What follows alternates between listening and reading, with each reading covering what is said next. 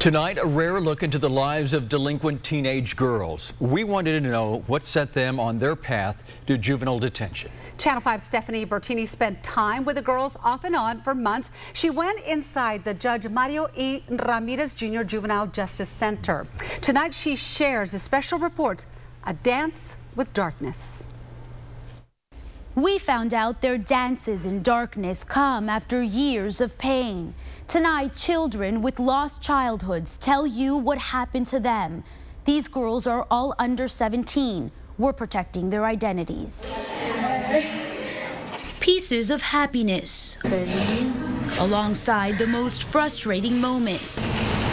The small room for human emotions adds color to these pale walls. Each day is similar to the one before and to the ones still to come. When you're out and free, it seems so easy to just do what you want. Where should I go first? It brings a routine these teenage girls are not accustomed to.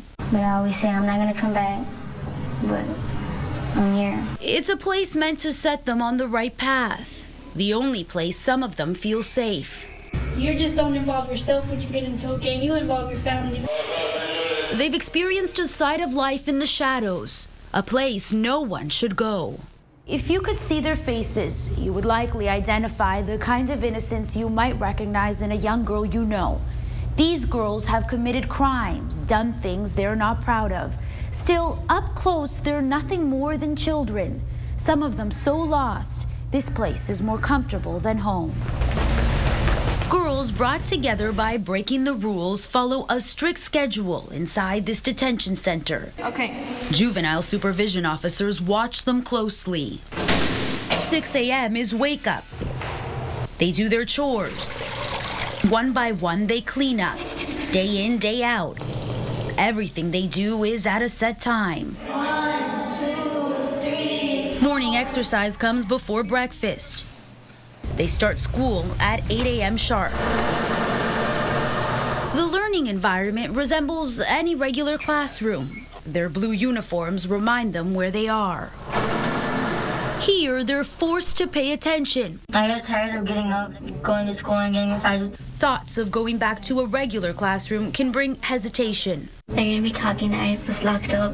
These teenagers are convinced things are more complicated for females who break the law and end up here. Like other girls their age, their number one concern is appearance. Oh my gosh, come do it in here. There are rules prohibiting makeup, waxing, plucking. There's tight restrictions on shaving. When you're a teenage girl, that's all a problem. You can only shave your legs down And your armpits. and then your mustache. After being here for a couple weeks, it's like you look in the mirror and you don't even recognize yourself. Detention Center Administrator Eduardo Martinez has 20 years experience in the juvenile justice field. He says he's noticed a change with the female population. And back then, what we saw with girls was more a lot of just runaways, truancy, maybe some drug abuse. Now we see girls involved in more hardened crimes, the robberies, the aggravated assaults. Martinez says one thing that hasn't changed, the boys far outnumber the girls. The detention staff we spoke with say for the most part the girls are very aware of the choices they've made. They say unlike the boys, the girls rarely make excuses. We found out in order to truly understand the young ladies here, you need to know more about their lives.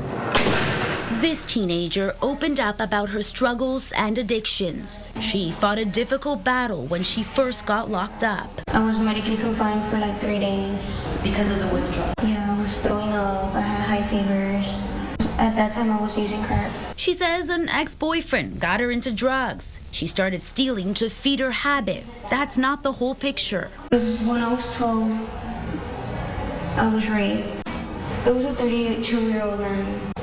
I was a little girl. She says that was the point when reality became too painful.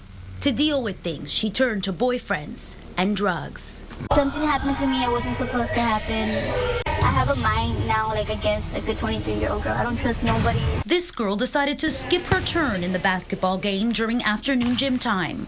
She says, unlike some of the girls here, she prefers to keep to herself. They're not going to be there for you if anything happens to you. She is in the juvenile system after repeatedly running away.